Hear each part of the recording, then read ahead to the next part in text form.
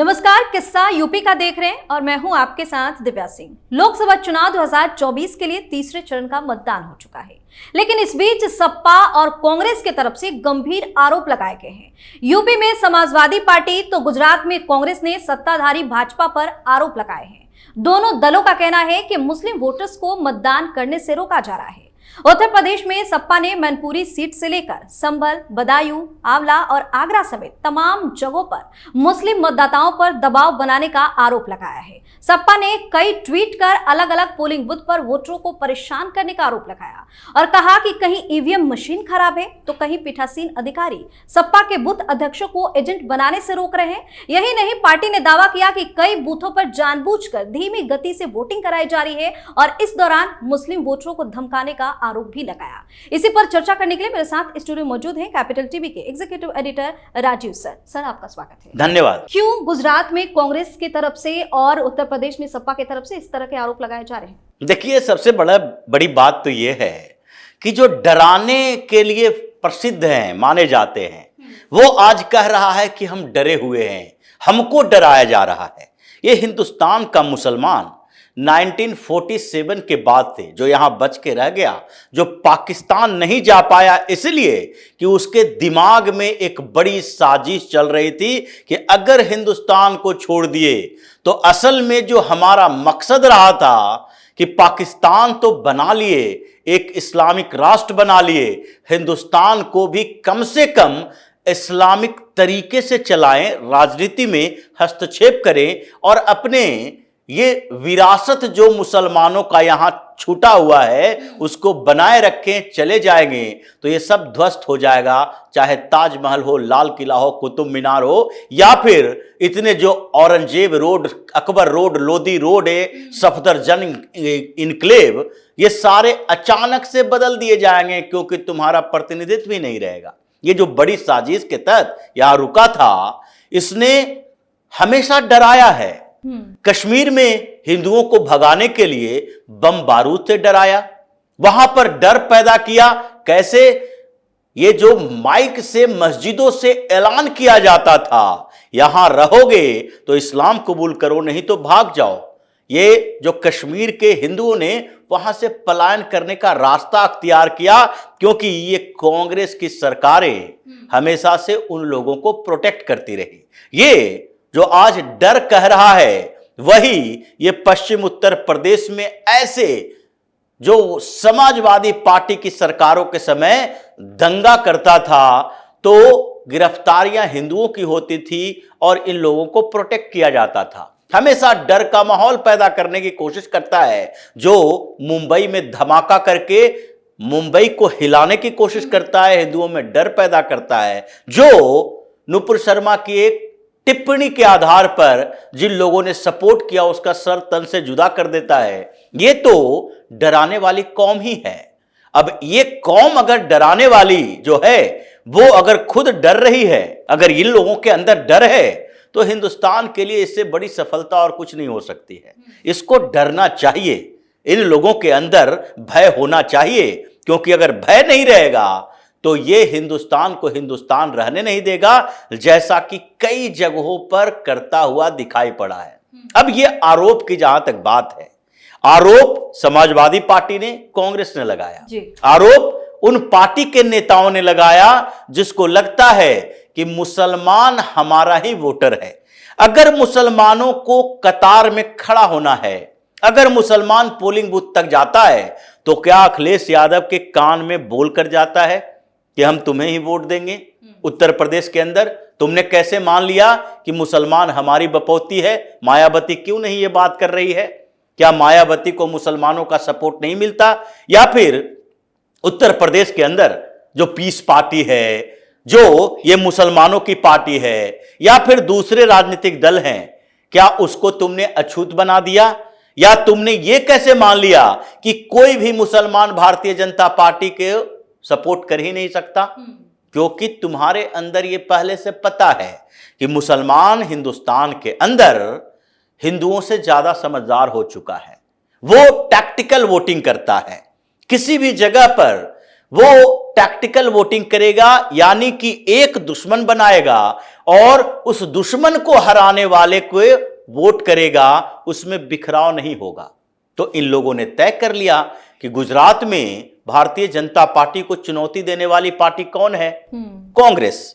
वहां 1-to-1 fight है। उसमें आम आदमी पार्टी जैसे छोटे छोटे पार्टियां, कांग्रेस के साथ गठबंधन भी है, ये थोड़ी बहुत भूमिका में आ जाती है। लेकिन वहां पर तो कांग्रेस है जो गुजरात के अंदर भारतीय जनता पार्टी के खिलाफ चुनौती बनती है, चुनौती तैयार होती है। तो ऐसे में अगर गुजरात में मुसलमानों का के अंदर डर है, वो बूथों तक नहीं पहुंच रहा या बूथ पर जाने के बाद वो वोट नहीं कर पा रहा, तो कांग्रेस की परेशानी बढ़ी। कांग्रेस ने गुजरात का जिक्र किया, कांग्रेस ने ये उत्तर प्रदेश का जिक्र क्यों नहीं किया? जबकि कांग्रेस के साथ समाजवादी पार्टी का गठबंधन है। फिर भी कांग्रेस को यह पता है कि उत्तर प्रदेश के मुसलमान हो सकता है जहां उसके कैंडिडेट खड़े हों, वहां कांग्रेस के बदले समाजवादी पार्टी के ना होने के बाद मायावती को वोट दे दे, क्योंकि मायावती ने भी मुस्लिम कैंडिडेट खड़े किए हैं। और वहां पर जो टैक्टिकल वोटिंग है वो सिर्फ स्टेट वाइज नहीं होती, ये सीट वाइज होती है। स्टेट वाइज जैसे कि मायावती को वोट उत्तर प्रदेश में मुसलमान इसलिए नहीं देंगे क्योंकि समाजवादी पार्टी चुनौती बनती है भारतीय जनता पार्टी के लिए। लेकिन जहां पर समाजवादी पार्टी का प्रत्याशी कमजोर है, जहां मायावती के पार्टी के कैंडिडेट के जीतने की संभावना है, वहां पर वहां के मुसलमान ये सोचते हैं कि ये जो हमारे वोटिंग है, ये हमारा एक भी वोट जाया न जाए, अखिलेश यादव की पार्टी को नहीं बल्कि मायावती की पार्टी को वोट दे दो। जैसे पश्चिम बंगाल में अगर पूरे प्रदेश के स्तर पर देखा जाए तो मुसलमान वोट करेंगे ममता बनर्जी को, लेकिन हर जगह नहीं। जहां पर उन मुसलमानों को लगेगा कि भारतीय जनता पार्टी के सामने कांग्रेस और वामपंथी पार्टी का गठबंधन बड़ी चुनौती बन रहा है, वहां ममता बनर्जी को दरकिनार कर देगा, वहां पर इस गठबंधन को वोट देगा। मतलब इसके लिए एक दुश्मन फिक्स है। भारतीय जनता पार्टी की सरकार किसी स्टेट में नहीं होनी चाहिए, केंद्र में नहीं होनी चाहिए, ये एक टारगेट करता है। लेकिन हिंदुओं में यही बिखराव की स्थिति है, ये न तो दुश्मन को टारगेट कर पाता न दोस्त बना पाता है। ये कंफ्यूजन की स्थिति में है कि मुसलमानों के खिलाफ हम बात तो करेंगे, हमें यह पता है कि हिंदुस्तान में मुसलमानों के आने के बाद ये विविधतापूर्ण वातावरण और एक विविधता में एकता की बात होने लगी है, क्योंकि एकता तो हमारे 10,000 पहले की संस्कृति में बसी रची हुई थी। ये लोग आया और उसके बाद धार्मिक एकता अखंडता की बात है जो विविधता में तब्दील हो गई कि नहीं, ये सारे धर्मों का देश है। सारे धर्म मतलब सारे संप्रदाय, मतलब इस्लाम का देश कैसे हो गया हिंदुस्तान? ये जो विचारधारा आई है, तो वो चीजों को वो समझ पाता है कि हमारा तो दुश्मन फिक्स है भारतीय जनता पार्टी, लेकिन हिंदुओं के अंदर अभी भी दिग्भ्रम की स्थिति है कि हमें अगले कुछ सालों तक, कुछ दशकों तक, जब तक ये पूरी विचारधारा बदल ना जाए, जब तक इन लोगों के अंदर डर पैदा ना हो जाए कि हिंदुस्तान में रहना है, दूसरे स्तर के नागरिक बन के ही रहना पड़ेगा, ये तुम्हारे धर्म का देश नहीं है, ये सनातन परंपराओं का देश है। तुम अभी भी अरब की तरफ देखते हो, हम अभी भी अमरनाथ की तरफ देखते हैं, हम अरब की तरह नहीं देखते।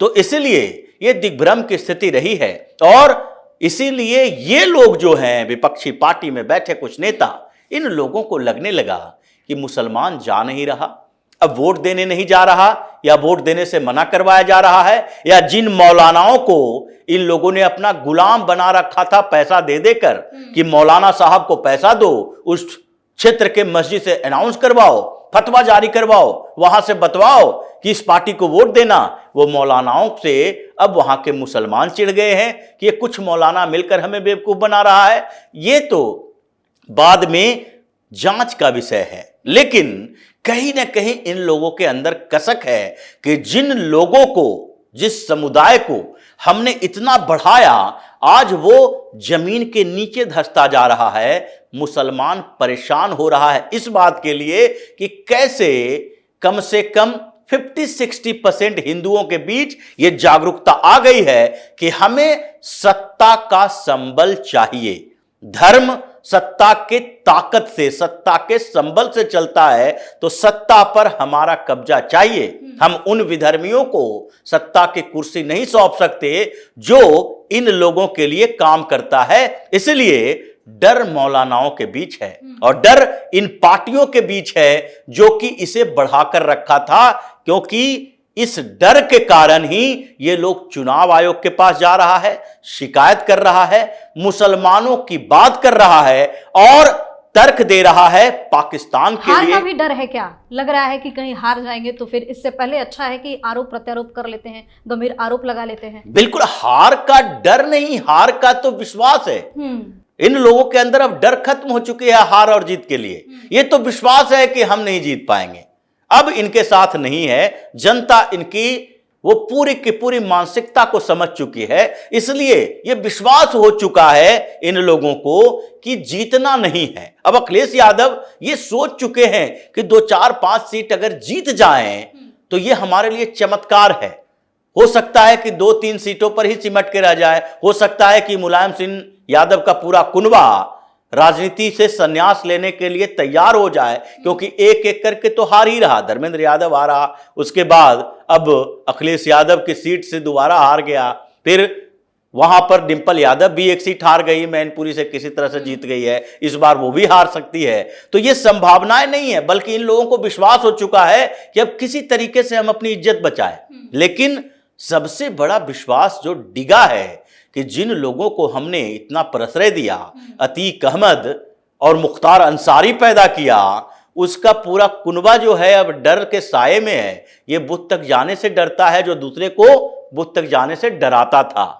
इसीलिए ये लोग मान चुके हैं कि अब अगले 10-20 साल तक हमारी जीत की संभावना खत्म हो चुकी है। जी, बहुत बहुत धन्यवाद से तमाम जानकारी के लिए। धन्यवाद। तो जिस तरह से कांग्रेस और सपा की तरफ से आरोप लगाए जा रहे हैं, उसके बाद माना जा रहा है कि इन पार्टियों ने अपनी हार स्वीकार कर ली है। इन्हें पता है कि चुनाव का परिणाम क्या होने वाला है और हार के डर की वजह से ऐसी बयानबाजी कर रहे हैं। किस्सा यूपी का भी आज के लिए इतना ही। अगर आपने अभी तक हमारे चैनल को सब्सक्राइब नहीं किया है तो सब्सक्राइब कर लीजिए, हमारे वीडियो को लाइक कीजिए, शेयर कीजिए, हमारे वीडियो पर कमेंट करके जरूर बताएं कि आपको हमारी खबर कैसी लगी। धन्यवाद।